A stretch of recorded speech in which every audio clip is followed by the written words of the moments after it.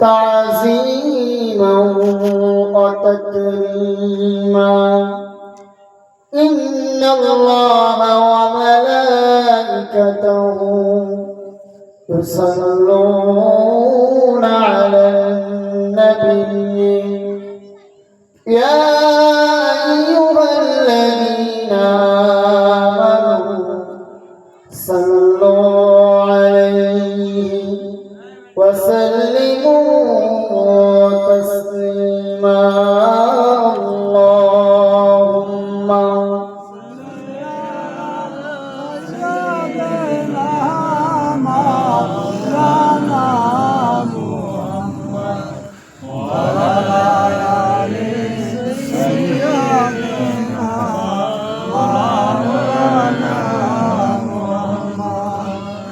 पैगंबर का रोज़ा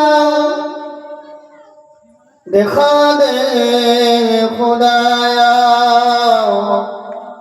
दरे मुद्दत से मिला दे खुदाया शराबे मोहब्बत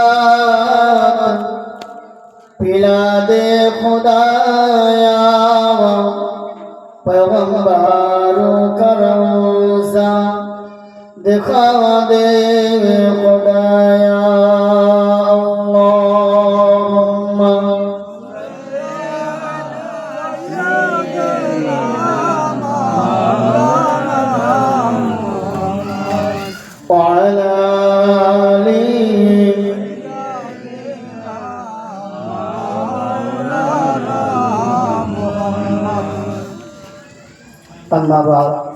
समस्त प्रशंसा और गुणकीर्तन महान स्रष्टा दरबारे लाइते जिन्हें आमादेर सकलके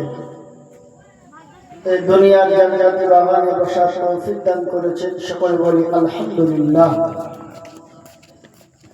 দরুদ ও সালাম বর্ষিত হোক বিশ্ব মানবতার সর্বশ্রেষ্ঠ মহামানব আমাদের সকলের প্রিয় নবী নূর নবী সাইয়্যিদুল মুরসালিন খাতামুন নবিয়্যিন शफीउल मुजनिबीन मदीनार सफर गुलबुजर नीचे शहीद प्रिय नबीर मजार मुकद्दस जानाई लाखों कोटि दरूदेर नजराना सकले बोली सल्लल्लाहु अलैहि वसल्लम আমরা যারা এখানে উপস্থিত হয়েছি আমরা সকলে আল্লাহর বান্দা আল্লাহর অসংখ্য সৃষ্টির মধ্যে আল্লাহ আমাদেরকে শ্রেষ্ঠত্বর মর্যাদা দিয়েছেন আল্লাহর এই শ্রেষ্ঠত্বের মর্যাদাটাকে আমি আপনি আমার আপনার জীবনের কাজের দ্বারা আমার আপনার জীবনের আল্লাহর আনুগত্যের দ্বারা আল্লাহর হুকুমের পালনার্থে আমরা যদি আমাদের জীবনটা কাজে লাগাতে পারি তাহলে এটাই হবে আমার আপনার আল্লাহর সৃষ্টির শ্রেষ্ঠত্বর প্রমাণ আর যদি আমি আপনি আল্লাহ রাব্বুল আলামিন আমাকে আপনাকে সৃষ্টির শ্রেষ্ঠ করেছেন কিন্তু আমার আপনার কাজ কর্ম চলা ফেরা ওঠা বসা এসব কিছু যদি কোরআন ও সুন্নাহের বিপরীত হয় এসব কিছু যদি আল্লাহর দেওয়া নিয়মাবলীর যদি বিপরীত হয় তাহলে মনে করতে হবে যে আমি আপনি যে আল্লাহর শ্রেষ্ঠ বান্দা শ্রেষ্ঠ উম্মাহ শ্রেষ্ঠ জাতি এটা আমি আপনি কাজে লাগাতে পারলাম না এখন আমি আপনি যদি আল্লাহর এই শ্রেষ্ঠত্ব বান্দা হওয়ার প্রমাণটা দিতে চাই তাহলে আমার আপনার জীবনে কি করণীয় কি বর্জনীয় আল্লাহ রাব্বুল আলামিন পৃথিবীতে অসংখ্য মাখলুকাত সৃষ্টি করেছেন আসমানে অসংখ্য মাখলুকাত জমিনে অসংখ্য মাখলুকাত এবং জমিনের অতল তলে অসংখ্য মাখলুকাত রয়েছে আল্লাহ অসংখ্য সৃষ্টি রয়েছে কিন্তু এসব সৃষ্টির ভিতরে আল্লাহ রাব্বুল আলামিন জিন এবং ইনসানকে এই দুটো জাতিকে আল্লাহ একটা উদ্দেশ্যে পাঠিয়েছে সেই উদ্দেশ্য আমাকে আপনাকে হাসিল করতে হবে। আল্লাহ আমাকে আপনাকে দুনিয়াতে কি উদ্দেশ্য পাঠিয়েছেন? সম্মানিত শ্রোতা মণ্ডলী, আমার আপনার রব, আমার আপনার সৃষ্টিকর্তা, আমার আপনার খালিক, আমার আপনার মালিক আল্লাহ রাব্বুল আলামিন কুরআনুল কারীমের মধ্যে জানিয়ে দিলেন, ওয়া মা খালাকতুল জিন্না ওয়াল ইনসা ইল্লা লিয়াবুদুন। আল্লাহ রাব্বুল আলামিন জানিয়ে দিলেন, আমি অসংখ্য মাখলুকাত সৃষ্টি করেছি, কিন্তু অসংখ্য মাখলুকাতের মধ্যে আমি আল্লাহ রাব্বুল আলামিন মানব জাতিকে এবং জিন জাতিকে, এই দুটিকে আমি আল্লাহ রাব্বুল আলামিন সৃষ্টি করেছি কেবলমাত্র শুধুমাত্র আমার ইবাদত বندگی করার জন্য। জোরে বলি সুবহানাল্লাহ।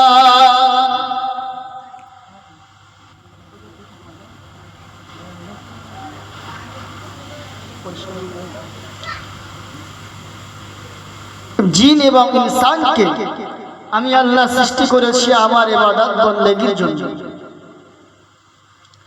এখন আল্লাহর ইবাদত বندگির জন্য আমাকে আপনাকে সৃষ্টি করেছি, তাহলে খাওয়াটা ইবাদত নয়, ঘুমটা ইবাদত নয়, তাহলে এই খাওয়া এবং ঘুম এগুলো কিসের জন্য আল্লাহ দিয়েছে? আমাদের যখন ইবাদতের জন্যই সৃষ্টি করেছে, তাহলে এই খাওয়া এই ঘুম এগুলোর প্রয়োজন ছিল না। শুধু আমরা নামাজ পড়তাম, নামাজ যেমন ইবাদত, রোজা ইবাদত, জিকির আজকার যেমন ইবাদত, এই ইবাদত করে আমরা কাটিয়ে দিতাম। এর এক নম্বর জবাব হলো, উত্তর হলো যে আমরা সারা দিনে যা খাই, যা বিশ্রাম নিই, এগুলো হলো ইবাদতটাকে ভালো করার, ইবাদত করার সহযোগী হিসেবে আল্লাহ রেখে দিয়েছেন। জোরে বলে সুবহানাল্লাহ। যেমন আপনি যদি সারাদিন 24 ঘন্টা না খেয়ে মসজিদে নামাজ পড়তে যান, আপনার নামাজে মন বসবে বলে মনে হয়? মন বসবে? আপনি তো ক্লান্ত হয়ে যাবেন। একদিন দুদিন যদি না খেয়ে যদি আপনি আল্লাহর ইবাদত করতে চান, আপনার মন বসবে না। আবার যদি আপনি একদিন দুদিন না ঘুমায়ে আল্লাহর ইবাদত বন্দী করেন, তাহলে কি আপনার শরীর ঠিক থাকবে? ঠিক থাকবে না।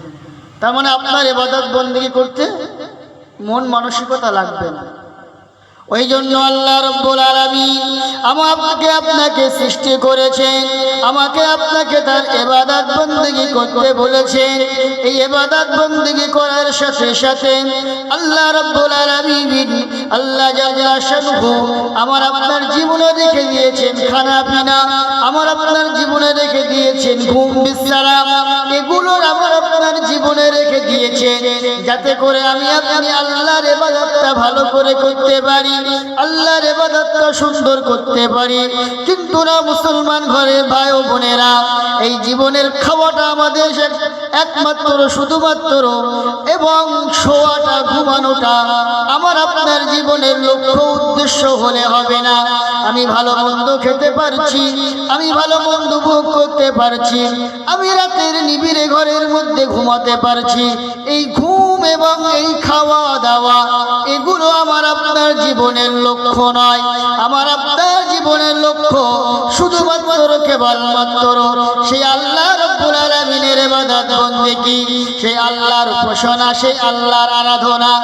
আর এই সাথে সাথে আমার আপনার জীবনের খাওয়াটা, আমার আপনার জীবনের নিদ্রায় যাওয়াটা, এটা হলো আমার আপনার জীবনের আল্লাহর ইবাদত বندگی করার ক্ষেত্রে সহযোগী। জোরে বলি সুবহানাল্লাহ। আমরা কি মনে করি? কিন্তু সমাজ চলে উল্টো। আমরা পেট ভরে তো খাই, গলা পর্যন্ত খেয়ে নিই অনেক সময়, কিন্তু ইবাদতে আল্লাহ 4 রাকাত বলেছে, 4 রাকাতই পড়ব। বাড়তি 2 রাকাত নফল আমরা পড়ব না, বাড়তি জিকির আজকার করব না। জিকির করা তো ফরজ না, কেন জিকির করতে যাব? এমন একটা মনোভাব আমরা নিজেদের মধ্যে লালন করে নিয়েছি। সুতরাং এই জাতি মনে করে যে খাওয়াটাই মনে হয় সব কিছু। দুনিয়াতে যে যত ভালো মন্দ খেতে পারছে সেই মনে হয় সবচাইতে সুখী, সবচাইতে ধনী। না, দেখেন আমার বাড়িতে গোশ, মাছ, ডিম সব কিছুতে ভরপুর, কিন্তু কিসে ভরপুর নেই? শান্তিতে ভরপুর নেই। কিসে ভরপুর নেই? ইবাদত নেই, কি নেই? নামাজ নেই, কি নেই? রোজা নেই, কি নেই? পর্দা নেই। কিন্তু আসে কি? খাওয়া দাওয়াই ভাই। এখন আবার এমন আমাদের ঘরের সন্তানেরা তৈরি হচ্ছে যাদের মানে রাত হয় কটার সময়? ফজরের আজানের সময়। আর সকাল হয় কখন? যোহরের আজানের সময়। হচ্ছে না? কিন্তু আল্লাহ নবী দিন ও দুনিয়ার বাদশাহ হাবিবুল্লাহ জনাবে মুহাম্মদুর রাসূলুল্লাহ সাল্লাল্লাহু আলাইহি ওয়াসাল্লাম নবী আমার আজ থেকে 1000 বছর পূর্বে ওই মক্কা এবং মদিনায় রাসূলুল্লাহ বলে গেলেন, আমার উম্মতের বরকত আল্লাহ রেখে দিয়েছেন এই সুবহে সাদিকের সময়, এই সকাল বেলার সময়। আল্লাহর কোন বান্দা যদি 2 রাকাত ফজরের নামাজ আদায় করে নেয়, 2 রাকাত ফজরের নামাজ আদায় করার পরে ওই ব্যক্তিটি যদি আল্লাহ রাব্বুল আলামিনের উপরে ভরসা করে, আল্লাহ রাব্বুল আলামিনের উপরে তাওয়াক্কুল করে তার রুটি রোজগারের জন্য বার হয়ে যায়, আল্লাহ রাব্বুল আলামিন ওই ব্যক্তিটির রিজিকে বরকত দান করবেন। জোরে বলি সুবহানাল্লাহ। রিজিকে বরকত দান করবেন। তার জন্য কি করতে হবে? সকাল সকাল উঠতে হবে, ফজরের নামাজ আদায় করতে হবে, করার পরে কি করতে হবে? নিজের কাজে বেরিয়ে যেতে হবে। আমরা এখন শুনছিলাম না যে খাওয়া, ঘুম এগুলো ইবাদত নাই, শুনছিলাম না? কিন্তু এগুলো ইবাদত। জোরে বলে সুবহানাল্লাহ। আল্লাহ কত মহান যে আমার নামাজ, যাকাত, রোজা এর পাশাপাশি আমার ঘুমটাও ইবাদত, আর আমার কি? আমার খাওয়া দাওয়াটাও ইবাদত। আল্লাহ নবী দিন ও দুনিয়ার বাদশা হাবিবুল্লাহ জনাবে মুহাম্মদুর রাসূলুল্লাহ সাল্লাল্লাহু আলাইহি ওয়াসাল্লাম নবী আমার আজ থেকে 1000 বছর পূর্বে বলেছেন, আল্লাহ রাব্বুল আলামিনের কোন বান্দা যদি ইশার নামাজ জামাতের সাথে আদায় করে নেয়, ইশার নামাজটা সঠিক সময়ে আদায় করে নেয়, ইশার নামাজ আদায় করে নেওয়ার পরে যদি ওই ব্যক্তিটি তার নিদ্রায় চলে যায়, রাতে ঘুমিয়ে পড়ে, আল্লাহ নবী মুহাম্মদুর রাসূলুল্লাহ সাল্লাল্লাহু আলাইহি ওয়াসাল্লাম নবী আমার বললেন, আল্লাহ রাব্বুল আলামিন ওই বান্দার অর্ধেকের রাতটা তার ইবাদতের মধ্যে কাটিয়ে দেওয়ার সওয়াব দান করবেন। জোরে বলি সুবহানাল্লাহ। কেননা ওই বান্দাটা ইশার নামাজ আদায় করেছে, ইশার নামাজ আদায় করে ঘুমিয়ে গিয়েছে, এই কারণে তার ঘুমটাও, অর্ধেক ঘুমটাও আল্লাহ রাব্বুল আলামিন ওই বান্দার ইবাদতের মধ্যে সুমার করে নিয়েছেন, এবং ওই ইবাদতের বদৌলতে আল্লাহ রাব্বুল আলামিন ওই ব্যক্তির আমল নামায় সওয়াব লিখে দেবেন। জোরে বলি সুবহানাল্লাহ। আমার আপনার ঘুমটা ইবাদত হলো না? কি করতে হবে? ইশার নামাজ পড়তে হবে। ইশার নামাজ পড়ে যদি আমরা ঘুমাতে পারি, আর ইশার নামাজ না পড়ে যদি ঘুমাই, ওটা ইবাদত বলে গণ্য হবে না, ওটা শুধু ঘুমই হবে। সম্মানিত দামণ্ডলী, আমার আপনার নবী মুহাম্মদুর রাসূলুল্লাহ সাল্লাল্লাহু আলাইহি ওয়াসাল্লাম নবী আমার আরো বলেন, আল্লাহর কোন বান্দা যদি ইশার নামাজ আদায় করে ঘুমিয়ে পড়ে যায়, ওই ব্যক্তিটি যদি ঘুম থেকে উঠে ফজরের নামাজ আদায় করে, ঘুম থেকে উঠে যদি ফজরের নামাজ আদায় করে নেয়, একদিকে ইশার নামাজ পড়ে ঘুমিয়ে পড়বে, একদিকে ইশার নামাজ পড়ে ঘুমিয়ে পড়লো, আর অপরদিকে যদি ঘুম থেকে উঠে ফজরের নামাজ আদায় করে, আল্লাহ রাব্বুল আলামিনের প্রিয় নবী বলেন, আল্লাহ রাব্বুল আলামিনের ওই বান্দার সারা রাতের ঘুমটাকে আল্লাহ ইবাদত বলে গণ্য করে নেবেন। জোরে বলি সুবহানাল্লাহ। আল্লাহর ওই বান্দাটাকে আল্লাহ তার পুরো রাতের ঘুমটাকে কি করে নেবেন? ইবাদতের মধ্যে গণ্য করে নেবেন। কিন্তু এশার নামাজও পড়লেন, কানে হেডফোন দিয়ে হিন্দি গান শুনতে শুনতে ঘুমিয়ে পড়লেন। এটা কি ফজরের সারা রাত ঘুমটা কি ইবাদত হবে? না। সুতরাং একজন মুমিন ব্যক্তি যখন তার জীবনের সব কিছু আল্লাহর জন্য সমর্পিত করে দেবে, তার প্রতিটি কাজ, তার প্রতিটি সৎ কাজ, প্রতিটি নেকির কাজ, প্রতিটি ভালো কাজ সবগুলো কি ইবাদতের মধ্যে গণ্য হবে। তাহলে আল্লাহ আমাদের কি জন্য সৃষ্টি করেছেন? কি জন্য? আল্লাহর ইবাদত বন্দেগী করার জন্য। তাহলে সৃষ্টির উদ্দেশ্য হলো ইবাদত। আর এই ইবাদতের উদ্দেশ্য কি? আল্লাহ রাব্বুল আলামিন কুরআনুল কারীমের মধ্যে সূরা বাকারায় জানিয়ে দিলেন, ও দুনিয়ার মানব মণ্ডলী, আমি আল্লাহ তোমাদেরকে সৃষ্টি করেছি আমার ইবাদত বন্দেগী করার জন্য। আমার সৃষ্টির উদ্দেশ্য হলো ইবাদত, আর ইবাদতের উদ্দেশ্য হলো যাতে করে তোমরা তাকওয়া অবলম্বন করতে পারো। জোরে বলি সুবহানাল্লাহ। সৃষ্টির উদ্দেশ্য ইবাদত, আর ইবাদতের উদ্দেশ্য কি? তাকওয়া অবলম্বন করা। আর তাকওয়ার উদ্দেশ্য কি? আল্লাহ রাব্বুল আলামিন কুরআনুল কারীমের মধ্যে জানিয়ে দিলেন, ওয়াত্তাকু লাআল্লাকুম তুরহামুন। আল্লাহ রাব্বুল আলামিন বললেন ইবাদতের উদ্দেশ্য হলো তাকওয়া অবলম্বন করা, আর তাকওয়ার উদ্দেশ্য হলো আল্লাহ রাব্বুল আলামিন তার উপরে আল্লাহ আসমানী রহমত নাজিল করবেন। জোরে বলি সুবহানাল্লাহ। কিরকম ভাবে পার্থক্য হয়ে যাচ্ছে। সবাই মানব জাতি আল্লাহর সৃষ্টি, আল্লাহর সৃষ্টির মধ্যে যারা ইবাদত করে তারা আলাদা। ওই ইবাদত যারা করে তাদের মধ্যে যারা তাকওয়া অবলম্বন করে তারা অগ্রগামী। আর যারাই তার ইবাদতের মধ্যে তাকওয়া অবলম্বন করতে পেরেছে তারা কি হবে? আল্লাহর রহমত প্রাপ্ত হবে। আর তাকওয়া কার নাম? প্রতিটি কাজ শরীয়ত মোতাবেক করা। তাকওয়া কার নাম? আল্লাহকে ভয় করে চলা। তাকওয়া কার নাম? সব কিছু করার পূর্বে এটা খেয়াল রাখা যে আল্লাহ এই কাজটা আমাকে করতে বলেছেন না নিষেধ করেছেন। আর আজকের এই যে জিকিরের মজলিস, এই জিকিরের দ্বারাই কি হয়? এই জিকিরের দ্বারাই আপনার অন্তরে তাকওয়া তৈরি হয়। কি হয়? তাকওয়া তৈরি হয়, আল্লাহ ভীতি তৈরি হয়। আপনার অন্তরের উপরে যে জং পড়ে গিয়েছে না, যে ময়লা পড়ে গিয়েছে, স্পট পড়ে গিয়েছে, সেই স্পটটা দূর হয়ে যায়। সুতরাং আমরা আমাদের প্রত্যেক ইবাদতের মধ্যে আমাদের উদ্দেশ্য থাকবে কি? আল্লাহর রহমত। আল্লাহর রহমত যদি আমরা চাই, আর সেই উদ্দেশ্যে যদি আমরা আল্লাহর ইবাদত বন্দেগী করি, তাহলে আল্লাহ আমার আপনার উপরে রহমত প্রাপ্ত।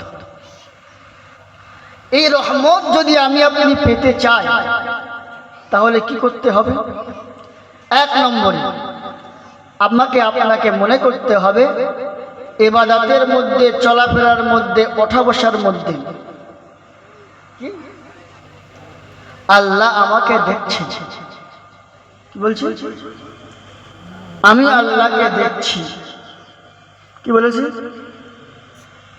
নিজের চলাফেরা, ওঠা বসা, কথা বার্তা, এসব কিছুর মধ্যে কি ভাবতে হবে? আমি আল্লাহকে দেখতে পাচ্ছি, আল্লাহ আমাকে দেখতে পাচ্ছে।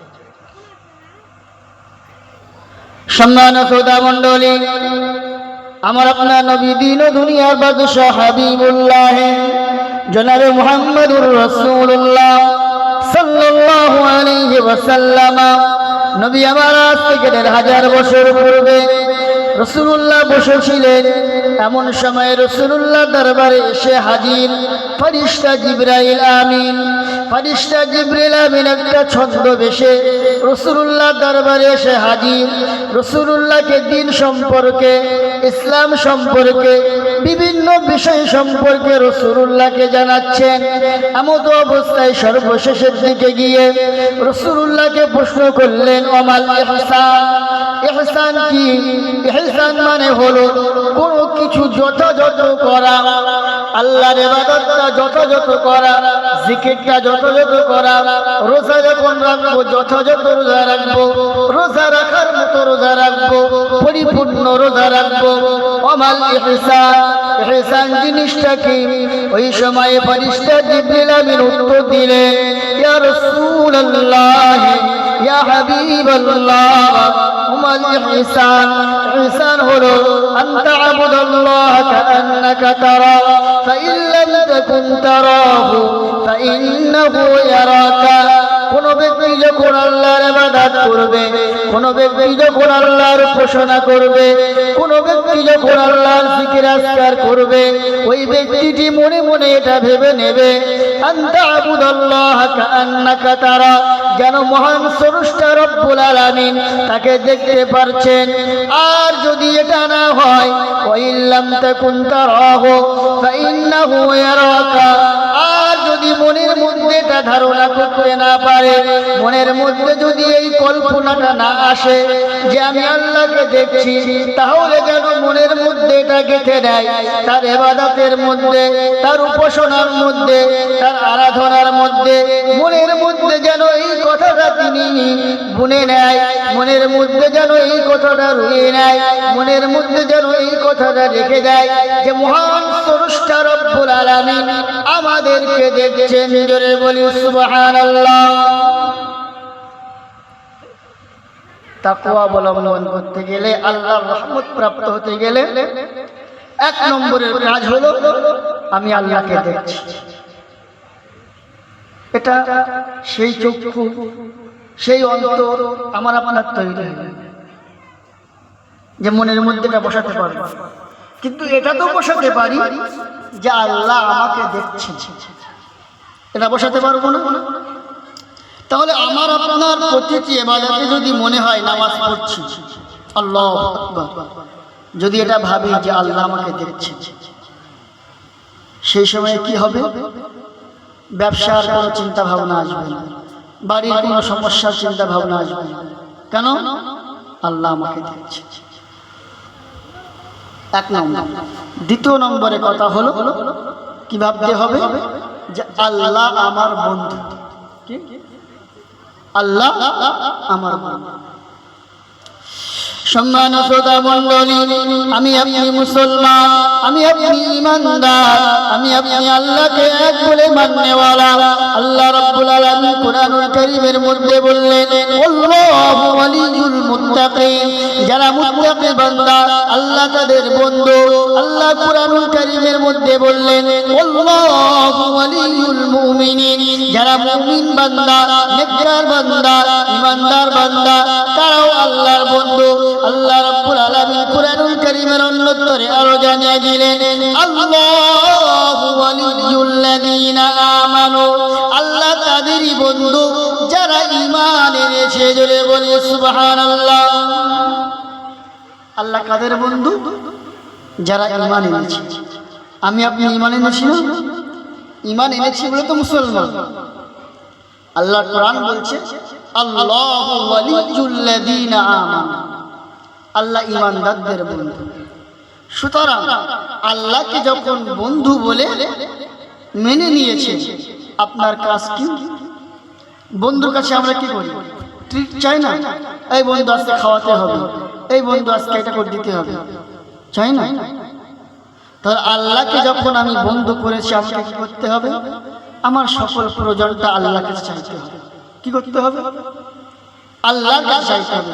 বন্ধুর সাথে যেমন মন খুলে কথা বলি, আল্লাহর সাথে ওই রকম মন খুলে কথা বলতে হবে। আল্লাহর কাছে চাইতে হবে, চোখের পানি ফেলতে হবে। আল্লাহ, আমার এই জিনিসের প্রয়োজন, আমি দুনিয়ার কোনো মানুষের মুখাপেক্ষি হতে চাই না, আপনি আমাকে দান করুন। যে ব্যক্তি আল্লাহকে বন্ধু বানিয়ে নিতে পারবে, সেই ব্যক্তি কেন দুনিয়ার মানুষের মুখাপেক্ষি হবে? তার বিপদে আপদে সকল অবস্থাতে কার কাছে চাবে? আল্লাহর কাছে। প্রত্যেকটা জিনিস যেন তার আল্লাহর কাছে চাওয়া হয়। কেন? আল্লাহ ঈমানদারদের বন্ধু, আল্লাহ যারা ঈমান এনেছে তাদের বন্ধু, আল্লাহ মুত্তাকিদের বন্ধু। সুতরাং আল্লাহ যখন আমাদের বন্ধু, তাহলে আমরা আমাদের সকল কিছু বন্ধুর কাছে আবদার করব। দেখেন না, অনেকে দোয়া করেন আপনি, আল্লাহ আপনি, আল্লাহ তুমি, আল্লাহ তুই। এক একজন এক এক রকম ভাবে আল্লাহকে ডাকে, দেখে না? তার মানে সে তার বন্ধুর সাথে নিজের মনের ভাবটা প্রকাশ করে। নিজের মনের ভাব যে যত ভালোভাবে আল্লাহর কাছে প্রকাশ করতে পারবে, আল্লাহ তার তাকে সাড়া দেবে। এখন আমি আপনি হয়তো বলতে পারি যে আমরা শিক্ষিত না, কিভাবে ভাষাটা প্রকাশ করব? আমি ভাষা বলিনি, মনের ভাবটা বলেছি।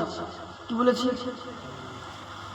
একজন মনে করুন এলাকার কোনো ক্ষমতাধর ব্যক্তির কাছে গেল, গিয়ে সে শিক্ষিত মানুষ, কথা বলতে জানে, লিখতে জানে, পড়তে জানে, সব কিছু।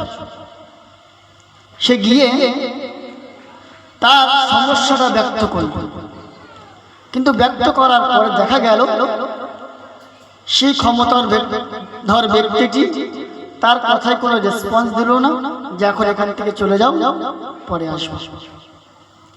আবার দেখা গেল একজন বোগা ব্যক্তি, কথা বলতে জানে না, লিখতে জানে না, পড়তে জানে না, সেই ব্যক্তিটি যখন তার কাছে গিয়ে তার মনের ভাব প্রকাশ করলো, মনের ভাব এমন অঙ্গভঙ্গিমা করলো, এমন করে চাইলো কেঁদে কেটে, সেই ক্ষমতাধর ব্যক্তিটা দিতে বাধ্য হলো। সুতরাং দোয়া তো আমরা সকলেই করি, আর আমাদের সকলের দোয়ার মধ্যে পার্থক্য কি? আমরা কে কতটা আল্লাহকে আপন ভেবে চাইতে পেরেছি। অনেকে ভাবি আল্লাহ দেবে কি দেবে না, তাই না? আমি এই গুনাহগার ব্যক্তি, আল্লাহ দেবে কি দেবে না। আর অনেকে ভাবে আল্লাহ সর্বশক্তিমান, আর নিশ্চয় আল্লাহ দেবে।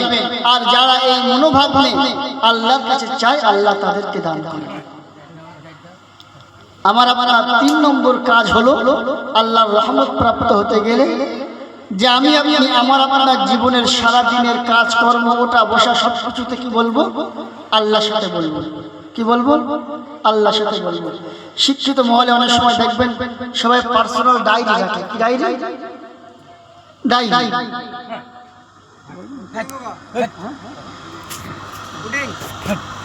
পার্সোনাল অনেকে ডায়েরি রাখে, ঠিক আছে? এই ডায়েরিতে কি